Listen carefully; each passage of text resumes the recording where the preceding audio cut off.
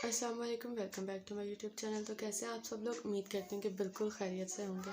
तो आज का हमारा टॉपिक है इलेक्ट्रिक फील्ड एज आ पोटेंशियल ग्रेडियंट। ठीक हो गया। यहाँ पे हम लोगों ने सबसे पहले जो ग्रेडियंट है, ग्रेडियंट का मीनिंग पढ़ लेना है कि ग्रेडियंट का मतलब असल में हमारे पास क्या होता है। ठीक हो गया। हमारे पास जो चेंजेस होते हैं ना, हमारे पास दो टाइप्स के चेंजेस होते हैं। एक हमारे पास चेंज होता है विद रिस्पेक्ट टू, पहले हम लोग चेंज की बात करते हैं जो कि हमारे पास होता है विद रिस्पेक्ट टू टाइम। हम लोग किसी क्वांटिटी को मेजर कर रहे हैं, उसके अंदर हमारे पास चेंज आ रहा है टाइम के लिहाज से, तो उसको हम लोग क्या कह देते हैं? हम लोग कह देते हैं उसको रेट ऑफ चेंज। इसका कॉन्सेप्ट मैं आपको समझाती हूँ। किसी भी क्वांटिटी के अंदर जो चेंज आ रहा है टाइम के अकॉर्डिंग आ रहा है, तो उसको हम लोग कह देते हैं रेट ऑफ चेंज। सपोज करें कि ये हमारे पास पॉइंट ए है और ये हमारे पास पॉइंट जो है बी है। ठीक हो गया। जब हमारे पास ऑब्जेक्ट जो है पॉइंट ए पे था, तो उसका जो डिस्प्लेसमेंट था वो हमारे पास जीरो था। जब ये यहाँ से मूव करके बी पॉइंट पे चला गया, तो इसका जो हमारे पास डिस्प्लेसमेंट था वो हमारे पास डी के इक्वल आ गया। यानी कि जब हमारे पास यहाँ था तो इसका हमारे पास डिस्प्लेसमेंट जीरो था।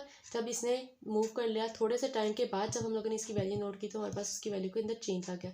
यानी कि किसी क्वांटिटी के अंदर कोई भी चीज़ है, उसके अंदर हमारे पास चेंज आ रहा है, लेकिन टाइम टू टाइम आ रहा है। टाइम के रिस्पेक्ट के अकॉर्डिंग हम लोग जब उसके अंदर कोई भी चेंज देखते हैं, ठीक हो गया, उसको हम लोग क्या देते हैं? वो हमारे पास होता है रेट ऑफ चेंज। अब यहाँ पे देखिए, यहाँ पे हम लोगों ने क्या किया? हम लोगों ने चेंज देखा, इसको हम लोग चेंज का साइन कहते हैं। चेंज आया किसके अंदर? डिस्प्लेसमेंट के अंदर विद रिस्पेक्ट टू टाइम। तो ये हमारे पास किसके इक्वल होता है? ये हमारे पास वेलोसिटी के इक्वल होता है, यानी कि उसकी स्पीड के इक्वल होता है। तो किसी भी क्वांटिटी के अंदर जो चेंज आता है, ये वाला जो चेंज आता है विद रिस्पेक्ट टू टाइम आता है, इसको हम लोग क्या कह देते हैं? उसको हम लोग कह देते हैं रेट ऑफ चेंज। अब हम लोग दूसरी टाइप की बात करते हैं। दूसरी टाइप में बेसिकली हमारे पास क्या होता है? दूसरी टाइप में हम लोग देखते हैं कि दूसरी टाइप में हमारे पास ये है। मैंने आपको पिछले लेक्चर में भी ये कॉन्सेप्ट बताया था। ये हमारे पास अर्थ है और ये हमारे पास एक पॉइंट है। ठीक हो गया। ये वाला जो ऑब्जेक्ट को हम लोगों ने मूव करवाना है ऊपर की तरफ, इस पॉइंट तक भी लेके जा सकते हैं और इस पॉइंट तक भी लेके जा सकते हैं। ठीक हो गया। जब हम लोग उसको ऑब्जेक्ट को अर्थ से उठा के यहाँ तक मूव करवाए, ये उसकी ग्रेविटी के ऑपोजिट डायरेक्शन में मूव कर रहा है। ऑपोजिट डायरेक्शन में जो मूव कर रहा है, तो इसकी पोटेंशियल एनर्जी के अंदर गेन आ रहा है। यहाँ पे हमारे पास इसकी पोटेंशियल एनर्जी क्या थी? जीरो थी। जब हम लोग इस पॉइंट पे लेके आ गए, तो यहाँ पे इसकी पोटेंशियल एनर्जी हमारे पास होगी mgh। अगर हम लोग इसको इस पॉइंट की बजाय इस डिस्टेंस के मिडल तक इसको मूव करवाएं, सब्जेक्ट को यहाँ तक, तो क्या होगा? इसकी जो पोटेंशियल एनर्जी में चेंज आएगा, इसकी पोटेंशियल एनर्जी में चेंज भी आधा ही आएगा। ठीक होगा। यानी कि अगर हम इसको यहाँ से उठा के यहाँ तक लेके जाते, तो पोटेंशियल एनर्जी में चेंज इतना आना था। हम लोगों ने इतना तक मूव नहीं करवाया, बल्कि आधा डिस्टेंस कवर करवाया उससे। तो जब आधा डिस्टेंस कवर करवाएंगे तो काम भी कम करवाना पड़ेगा, तो जो उसकी पोटेंशियल एनर्जी के अंदर चेंज आएगा हमारे पास, वो भी आधा आएगा। अब हम लोगों ने क्या कहा? जब हमारे पास ये जो ऑब्जेक्ट था, ये हमारे पास यहाँ पे था, इसको हम यहाँ पे ले आए। यहाँ पे लाने के बाद हम इसको पकड़ के यहाँ पे भले सारी ज़िंदगी पकड़ के रख लें, तो हमारे पास क्या होगा? इसकी पोटेंशियल एनर्जी चेंज नहीं होगी। वक्त तब्दील हो रहा है, लेकिन पोटेंशियल एनर्जी इसकी चेंज नहीं हो रही, यानी कि टाइम के रिस्पेक्ट इसमें चेंज नहीं आ रहा। लेकिन जैसे जैसे हम लोग इसका डिस्टेंस और इंक्रीज़ करते जाएंगे, तो इसकी पोटेंशियल एनर्जी के अंदर जो चेंज है वो फिर मज़ीद इंक्रीज़ होना शुरू हो जाएगा। टाइम के अकॉर्डिंग इसमें कुछ भी नहीं है, बल्कि डिस्टेंस के अकॉर्डिंग है। हम इसका डिस्टेंस चेंज कर रहे हैं तो फिर चेंज आ रहा है। टाइम के अकॉर्डिंग इसमें कोई चेंज नहीं आ रहा। यहाँ पे हम इसको सारी ज़िंदगी रख देंगे, तो इसका पोटेंशियल एनर्जी उतना ही रहेगा जितना यहाँ पे था। डिस्टेंस जैसे ही चेंज करेंगे, वैसे ही इसकी जो पोटेंशियल एनर्जी है वो चेंज होना शुरू हो जाएगी। तो ये जो हमारे पास चेंज आया है, ये हमारे पास डिस्टेंस के अकॉर्डिंग चेंज आ गया। अब मैं यहाँ पे पेन की एग्जाम्पल देती हूँ। सपोज यहाँ पे इसकी पेन की पोटेंशियल एनर्जी जीरो है। जब इसको यहाँ पे ले आए, इस पॉइंट पे आके इसकी पोटेंशियल एनर्जी mgh/2 हो गई। यहाँ पे अगर हम इसको पकड़ी रखेंगे, टाइम तो गुजर है, लेकिन इसमें तो चेंज नहीं आ रहा।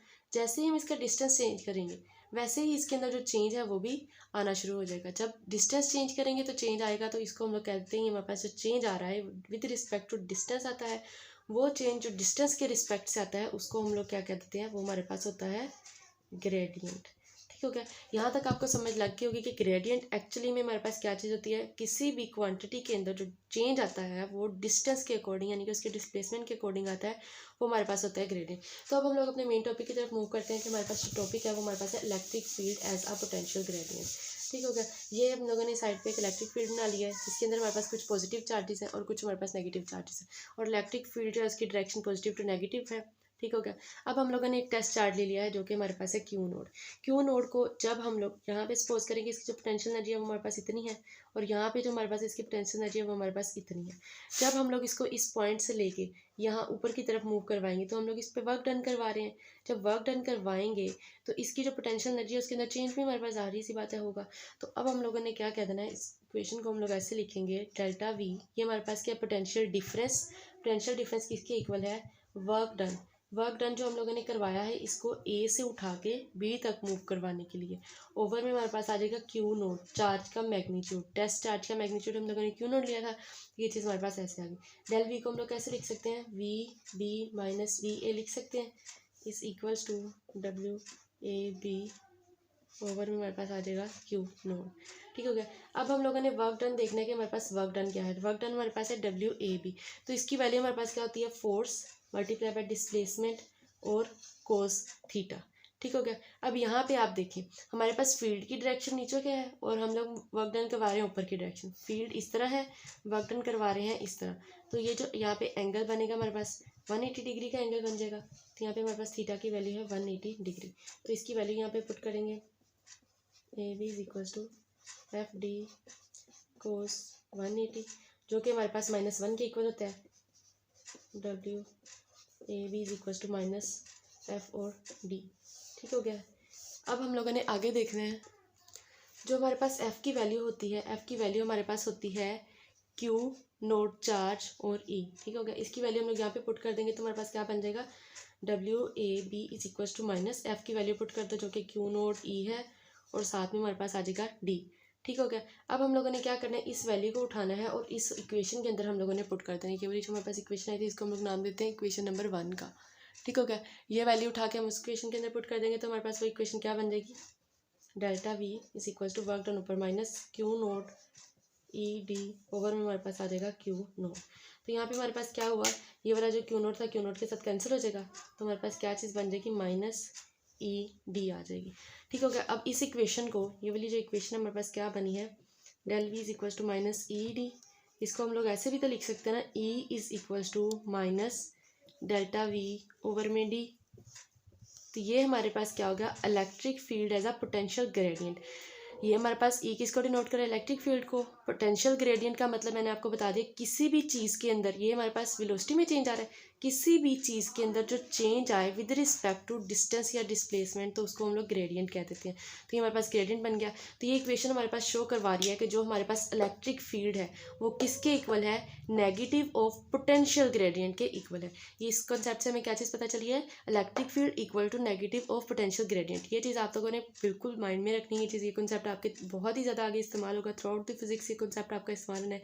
तो यहाँ पे हम लोगों ने क्या चीज़ देखी है, जो इलेक्ट्रिक फील्ड है नेगेटिव ऑफ पोटेंशियल ग्रेडियंट के इक्वल है। नेगेटिव साइन यहाँ पे हमारे पास क्या रिप्लेस करा रहा है, नेगेटिव साइन हमें ये चीज़ बता रहा है कि जो इलेक्ट्रिक फील्ड की डायरेक्शन है वो उस डायरेक्शन में है जहाँ पे हमारे पास पोटेंशियल डिक्रीज हो रहा है। नेगेटिव साइन का मतलब यह है कि इलेक्ट्रिक फील्ड की जो डायरेक्शन है उस डायरेक्शन में जहाँ पे हमारे पास, सपोज जब हमारे पास चार्ज यहाँ पे था तो इसका पोटेंशियल हमारे पास क्या था, mgh। जब ये हमारे पास यहाँ पे आया तो इसका पोटेंशियल क्या हो गया, mgh/2 यानी कि हाफ हो गया। तो नेगेटिव साइन हमें बता रहा है कि जो इलेक्ट्रिक फील्ड की डायरेक्शन है उस डायरेक्शन में जो पोटेंशियल जो है ना, जब उस डायरेक्शन में पोटेंशियल मूव करेगा तो पोटेंशियल जो है वो कम होगा। ठीक हो गया। नेगेटिव साइन का हमारे पास ये वाला मतलब आ गया। तो हमारे पास electric field as a potential gradient का मतलब यही था कि जो हमारे पास इलेक्ट्रिक फील्ड होती है वो इक्वल होती है नेगेटिव ऑफ पोटेंशियल ग्रेडियंट के। तो हमारा आज का टॉपिक यही था।